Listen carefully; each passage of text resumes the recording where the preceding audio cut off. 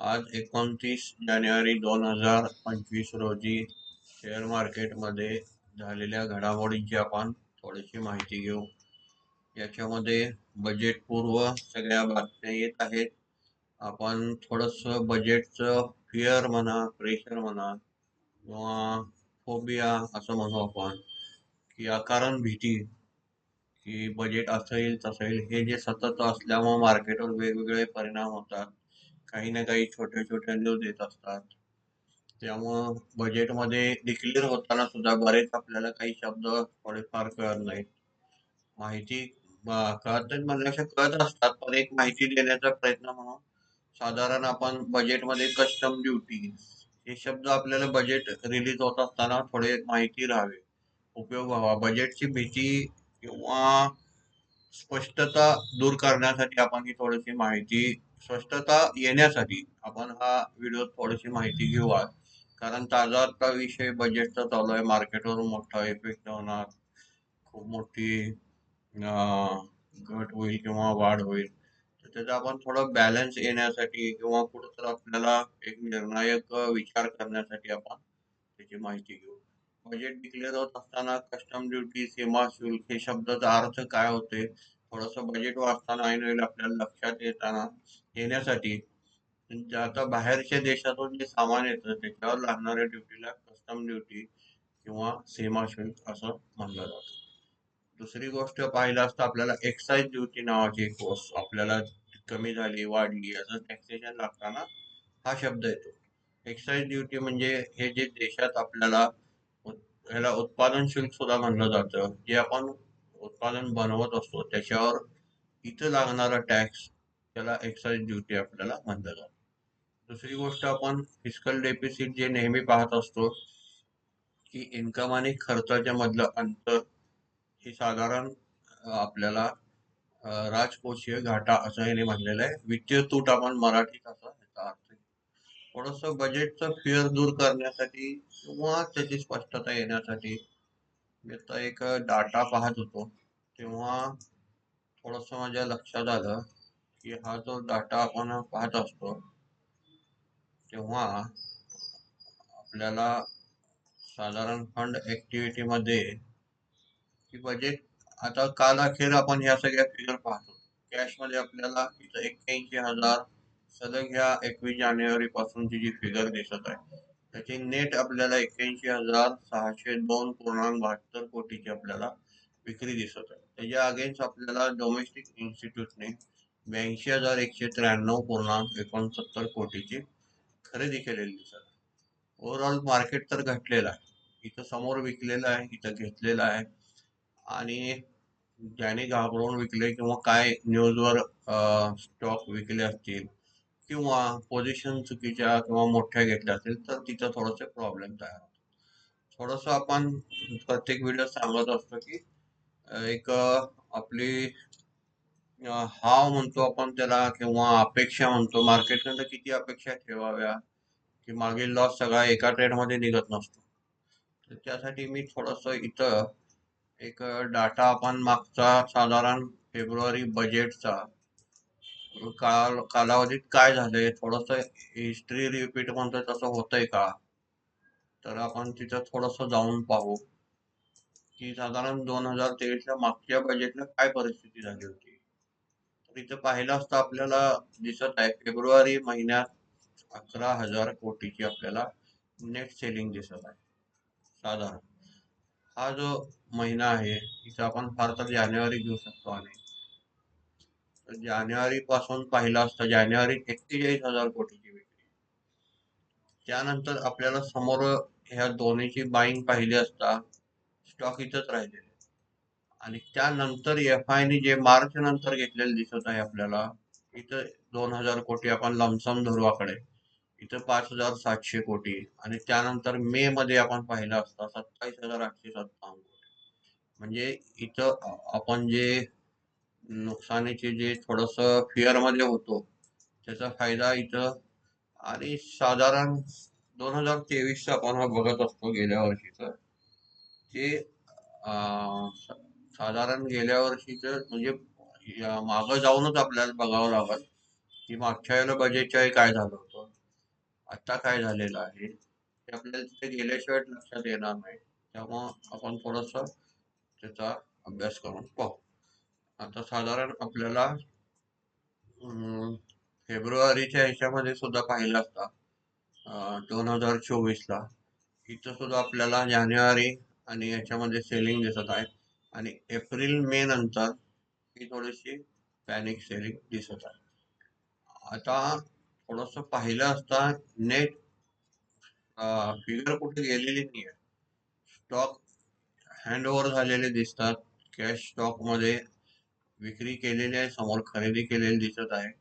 थोडस आपल्याला एक आकड्यावरून काही सापडतंय किंवा फार पॅनिक होण्याची गरज आहे की परत हे मार्केट तिथंच राहत असतं का किंवा काय होत जातं. आपण थोडे इथं स्वतः वेबसाईटवर जाऊन कन्फ्यूज न होता थोडी थोडी माहिती घेतली तर आपल्याला लक्षात येईल की सलग केव्हा बाय केले किंवा काय केले. आता 23ला काय झालं, 24ला काय झालं, तर इतकं असं घाबरून जाण्यासारखं थोडंफार वाटतं. आणि बजेट बद्दल म्हणजे खूपच निगेटिव्ह चर्चा किंवा काय अशा गोष्टी होत असताना आपण थोडस पॉझिटिव्ह काहीतरी शोधण्याचा प्रयत्न करत असतो. ते आपण केव्हा करू शकतो, आपण जर डाटा आपण पाहिला आणि जर त्याचं क्रॉस चेक केलं तरच आपल्याला समजणार. तर आज दुसरं मार्केटमध्ये पाहिलं असतं आपण, साधारण आपल्याला आज सेन्सेक्स 76,532.96 अंकाने बंद झालेले दिसत आहे. 631.55 अंकाने त्याची वाढ झाली. निफ्टी मध्ये पाहिलं असतं आपण 23,163.10 अंकाने बंद होऊन त्याच्यात 205.85 अंकाची आपल्याला वाढ झालेली दिसत आहे. साधारण आपण एक्सपोनेन्शियल मुव्हिंग ॲव्हरेज बघत असतो, त्यात ही हिरवी लाईन किंवा ग्रीन लाईन आहे ती आता साधारण त्याच्या वर येण्याचा बऱ्याचदा प्रयत्न केलेला आहे मार्केटने. थोडस आता प्रेशर असल्यामुळे व्होलाटिलिटी वाढलेली आहे. अजून 200 मुव्हिंगची जी ब्ल्यू कलरची आपल्याला लाईन दिसते त्याच्या सुद्धा खालीच आहे मार्केट. पण कुठं तर थोडस ह्याच्यात काय पोझिशन बनते का, 23,000च्या वर तर बंद राहायला चालू झालंय. आपण थोडासा याचा अंदाज लागते का बघत असतो, पण प्रिडिक्शन कधी करत नसतो, कारण मार्केट हे शेवट सुप्रीम असतं. त्याच्याप्रमाणे आपल्याला जावं लागतं. आपल्याप्रमाणे मार्केट जात नसतं. आपण त्याचा फक्त अभ्यास करून अंदाज लावू शकतो आणि त्याच्यावर कॅल्क्युलेटेड रिस्क म्हणजे काय की आपल्याला त्या पैशापासून फार मोठा धक्का बसणार नाही अशा पद्धतीने आपण थोडं थोडं करत त्याच्यात इन्व्हेस्टमेंट करून मोठे रिटर्न मिळवू शकतो. फक्त मार्केट पॅनिक असताना आपल्याला एकच गोष्ट वाचवू शकते म्हणजे नॉलेज, आपल्याला मिळणारं बाजारातलं ज्ञान आणि आपल्या झालेल्या चुकांपासून आपण जे काही शिकलो असेल ते फार लक्षात ठेवणं, एक चूक रिपीट होणं योग्य नाही. साधारण पाहिलं असतं आपल्याला, आज आपण नेहमीप्रमाणे बघतो तसं बँक निफ्टीमध्ये आज 49,165.95 अंकांनी बंद होऊन 299.10 अंकांनी वाढलेली दिसत आहे. त्याच्यामध्ये आपण पाहिलं असता आज ऑप्शन प्रीमियमचे रेट तुम्ही पाहिले असता किमती त्या रोजच्या पेक्षा आपल्याला खूप जास्त दिसतील, कारण इथं इंडिया विक्स वाढलेला आहे. इंडिया विक्स हा व्होलाटिलिटीचा इंडेक्स असतो. इंडिया विक्स वाढला म्हणजे मार्केट घटलं पाहिजे असं नाही. ऑप्शन प्रीमियमचे रेट वाढलेले असतात आणि हा कसा बनतो याचा आपण एक व्हिडिओ या चॅनलवर आहे, आपण मागे शोधला तर मिळून जाईल, बघू शकता. साधारण डॉलर इंडेक्स म्हणला तर आज थोडस आपल्याला कालच्या पेक्षा वाढलेलं दिसतं. बाकी सेफेस्ट इन्व्हेस्टमेंट मध्ये आपण जे काही निफ्टी 20 किंवा गोल्ड पाहिले त्याच्यात आपल्याला कुठं रिस्क तर आता दिसत नाही आहे. फारस मला म्हणायचं की रिस्क मध्ये निगेटिव्ह रिटर्न पेक्षा थोडं का होईना पॉझिटिव्ह दिसू दे, 1% दिसू दे, 2% दिसू दे, पण सलग आपल्याला फक्त काय आपल्याला खाली जे घटल्यानंतर जी खरेदी होते ती आपल्या फायद्यात पडत असते. आणि जेव्हा मार्केट ऍव्हरेज वर जाऊन प्रॉफिट बुकिंग ही थोडं माणसाने लक्षात ठेवणं फार गरजेचं आहे. वेळच्या वेळी मार्केटमध्ये नुसतंच पोझिशन ऍड करत जाणं योग्य नाही, की तिथं नेहमी चूक घडते. कुठं तर आपली ग्रीड किंवा लालच म्हणतो त्याला आपण, की आपल्याला घेत राहिले पाहिजे मार्केटमध्ये. त्यामुळं जेव्हा जेव्हा प्रॉफिट दिसते तेव्हा थोडं का होईना त्यातलं पार्शियल बुक करा तरी पण चांगली गोष्ट असते. त्यानंतर डॉलर पाहिला असता आपण 86.90 54 साधारण इतका दिसत आहे. 0.18 आणि मायनस दिसत आहे.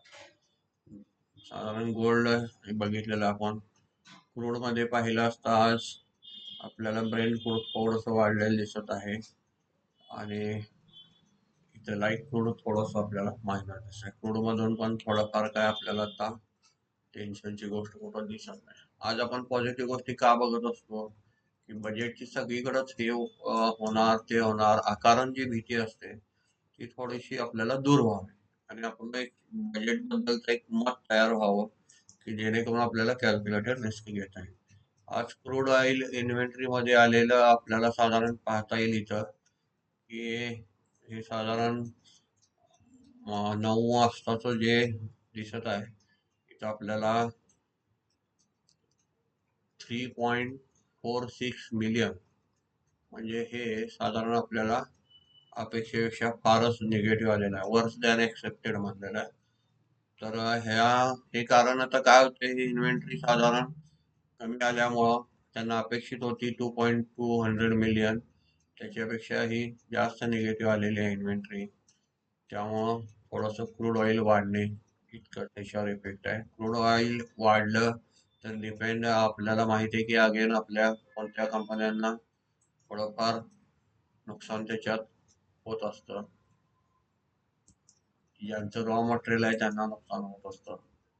आता हे डीपसेक जे चालू आहे त्याच्यावर जे आय टी कंपन्या आहेत आय टी जॉईंटचं फार मोठ्यांचं नुकसान झालेलं आहे. त्याच्यामध्ये डिटेल थोडंसं आपण परवा आलेले न्यूज बघितलं होतं. त्यामुळे थोडे दिवस आपण टेक सेक्टर किंवा आय टी निफ्टी पासून लांब राहू काय हरकत नाही असं मला लक्षात येते वाचून डाटा बघितल्यानंतर. नंतर आज आपण पाहिलं असता निफ्टीचे टॉप गेनर मध्ये आपण थोडंफार पाहू.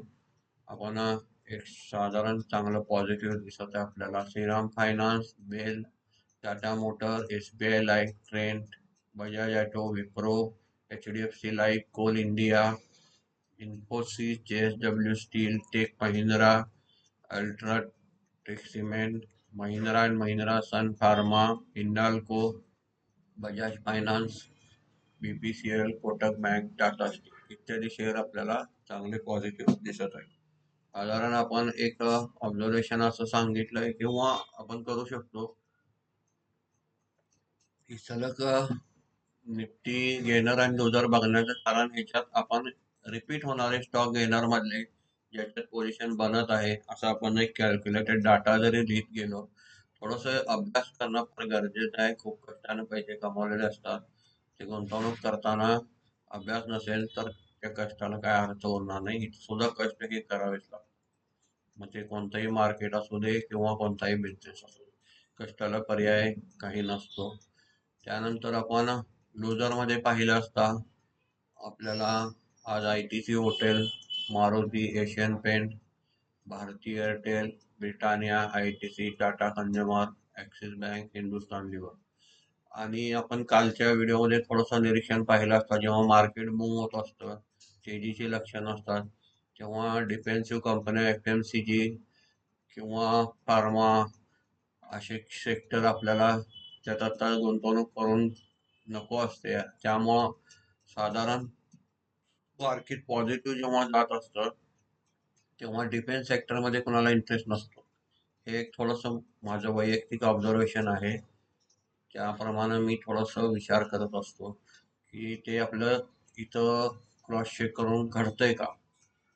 त्यामुळं डिफेन्स सेक्टर म्हणलं तर आपण एफ एम सी जी म्हणतो, फास्टेस्ट मुव्हिंग कन्झ्युमर गुड्स आणि फार्मा. आता आय टी सुद्धा त्याच्यात हळूहळू ऍड व्हायला लागलं. पण साधारण ते सेक्टर जेव्हा वाढत असतात तेव्हा ओव्हरऑल मार्केटमध्ये आपल्याला पॉझिटिव्ह किंवा मार्केट वर वाढण्याची चिन्ह दिसत असतात. साधारण त्याच्यानंतर आपण पाहिलं असतं आपल्या रोजच्या ह्याच्यात आजच्या अर्निंग मध्ये एक रिझल्ट मध्ये पाहिलं असता आपण अर्निंग मध्ये कसं थोडंसं हे आपण म्हणतो मार्केटमध्ये गेम कशा होत असतात किंवा गेम म्हणण्यापेक्षा आता आज अंबुजा सिमेंट हे सगळे आज रिझल्ट लागलेले स्टॉक दिसत आहेत. या रिझल्ट मध्ये आपल्याला आज निगेटिव्ह मध्ये बंद झालेला आहे. पण ऍक्च्युली रिझल्ट हा चांगला लागलेला दिसत आपल्याला. साधारण डिसेंबरचे एस्टिमेट पेक्षा चांगला प्रॉफिट आलेला आहे. मग होतंय कसं, आपल्याला इथं तर स्टॉक निगेटिव्ह बंद झालेला असतो, त्यामुळे कशा पोझिशन करायच्या केल्या तर त्याला ऑलवेज हेज किंवा आपल्याला त्याच्या अगेन्स्ट काय करता येईल हे फार महत्वाचं असतं. साधारण पोझिशन साईज कमी ठेवला तर धाडस आपलं होऊ शकतं आणि अडचणी येत नाही. दुसरं पाहिलं असतं आज आपण F&O मध्ये फंड ऍक्टिव्हिटी मध्ये काय झालेलं बघूया. नुकतंच आपण F&Oचा मागच्या वर्षीचा डाटा वगैरे बघितला 2 वर्षाचा. साधारण आता आज FI आणि कॅश मार्केटमध्ये आपल्याला 2586.43 कोटीची विक्री केलेली दिसत आहे. ही नेट विक्री आहे. आपण नुकतेच ग्रॉस बाय सेलच्या कडे व्हिडिओच्या सुरुवातीला पाहिले. त्यानंतर डोमेस्टिक फंडची आपल्याला परचेस दिसत आहे 17,792.71 कोटीची नेट परचेस. तर आपण आता इंडेक्स फ्युचर मध्ये पाहू. इंडेक्स फ्युचर मध्ये आपल्याला पाहिलं असता साधारण आपल्याला 482.91 कोटीची नेट बाईंग निफ्टी 50च्या फ्युचर मध्ये दिसत आहे. निफ्टी बँकच्या फ्युचर मध्ये आपल्याला 630.50 कोटीची आपल्याला साधारण नेट विक्री दिसत आहे. निफ्टी फायनान्शियल सर्व्हिसेस मध्ये मायनस म्हणजे साधारण 5.39 कोटीची विक्री दिसत आहे. निफ्टी मिड कॅप सिलेक्ट मध्ये पाहिलं असता 318.37 कोटीची नेट बाय दिसत आहे. निफ्टी नेक्स्ट 50 मध्ये 0.37 कोटीची आपल्याला नेट फ्युचर मध्ये बाय दिसत. आता आपण ऑप्शनच्या फिगर पाहू. निफ्टी ऑप्शन्स मध्ये निफ्टी 50च्या 23,883.18 कोटीची आपल्याला नेट बाय दिसत आहे. आता याला क्रॉस चेक कसं करायचं, थोडंसं आपल्याला पोझिशन कशा समजून घ्यायच्या यासाठी आपण फ्युचर अगेन्स्ट ऑप्शन कोणते विकले आहेत आपल्याला जाऊन ओपन इंटरेस्ट जेव्हा आपण बघतो, या सगळ्या वेबसाईट फ्री आहेत. प्रत्येकाला हे शिकण्यासाठी फक्त प्रत्येकाने म्हणजे स्वतः उघडून पाहिलंच पाहिजे, शिकलं पाहिजे. कारण स्वतःचं नॉलेजच अडचणीच्या वेळेला कामी येतं. त्यामुळं स्वतः पूर्ण अभ्यास करून काही अडचणी असतील तर शंका करू शकतो. 30 जून जानेवारीची आपल्याला उद्याची एक्सपायरी इथं दिसत आहे. साधारण ATM पाहिला असता आपण 23,200च्या आसपास. आपल्याला आता नेट ऑप्शन्स मध्ये बाईंगची फिगर दिसत आहे. तिथं आपल्याला कॉल साईडला सगळे वाढलेले दिसत आहे. साधारण ह्याच्यात सुद्धा आपण रेजिस्टन्स सपोर्ट कसा काढत असतो हे सुद्धा एका व्हिडिओमध्ये मागं दिलेलं आहे. आपल्याला इथंपर्यंत कॉल बाय केलेले दिसत आहे. 23,800ला आपल्याला इथं कॉल रायटिंग साधारण आपल्याला कॉलच्या किमती इथं वाढलेल्या आहेत. त्याचा अर्थ इथं आपण तेजी झालेली आहे आणि इकडं आपल्याला पुढच्या किमती कमी झालेल्या दिसतात. पण सपोर्ट शोधायचा असेल तर इथं आपल्याला कॉल रायटिंग सगळ्यात जास्त दिसत आहे, इथं जास्त दिसत आहे. याचा अर्थ कॉल 23,600, 23,750 इथं हे रेजिस्टन्स आपण समजू. जे चार्ट मध्ये पिवट पॉइंट किंवा जे आपण बघत असतो इथं 23,900 हे मोठे रेजिस्टन्स असतात. याचा अर्थ वाढलं तरी ह्याच्या इथं गेला तर थोडंसं त्रासिक आहे हे. आणि त्याच्यानंतर आपल्याला माहिती आहे एक्सपायरी नंतर हे सगळे शून्य होत असतात आणि कुठंतरी एका स्ट्राईक वरती निफ्टी सेटल होते, एक्सपायरीला बंद होत असतो. तसंच आपण इकडं पुट साईडला पाहिलं असता आपल्याला इथं 22,700 पाशी मोठी फिगर ऍड झालेली दिसते रायटिंग मध्ये. 22,550 मध्ये दिसते. 22,500ला त्याहून जास्त चेंज इन ओपन इंटरेस्ट दिसतं. ह्याला आपण निफ्टीचे सपोर्ट म्हणू शकता. थोडंसं आपण याच्यावर स्वतः सगळ्याकडे बघून आपली पोझिशन कुठं आहे आणि किंवा उद्या बाजारात कुठंपर्यंत जाऊ शकते त्याची एक तुम्ही रेंज याच्यावरून ठरवू शकता. कॉल मध्ये पाहिला असता ऍट द मनी हा अप्पर कॉल हा म्हणला जातो. इन द मनी म्हणलं तर आपल्याला हे डार्क एरियात दिसते, हे इन द मनी असतात कॉल. आणि आउट ऑफ मनी म्हणलं तर इथं आपल्याला दिसत आहे. आणि आपण इकडं कुठला पाहिलं तर सेम तसंच आहे. त्याचा सुद्धा एक व्हिडिओ बनवलेला आहे आपण मार्केटमध्ये. त्याच्यात आपल्याला थोडंसं लक्षात येऊन जाईल. त्यानंतर आपण फ्युचर ऑप्शन मध्ये डेरिव्हेटिव्ह बघायचं राहिलेलं आहे. नाही, ऑप्शन आपण निफ्टी 50चं फक्त बघितलेलं आहे.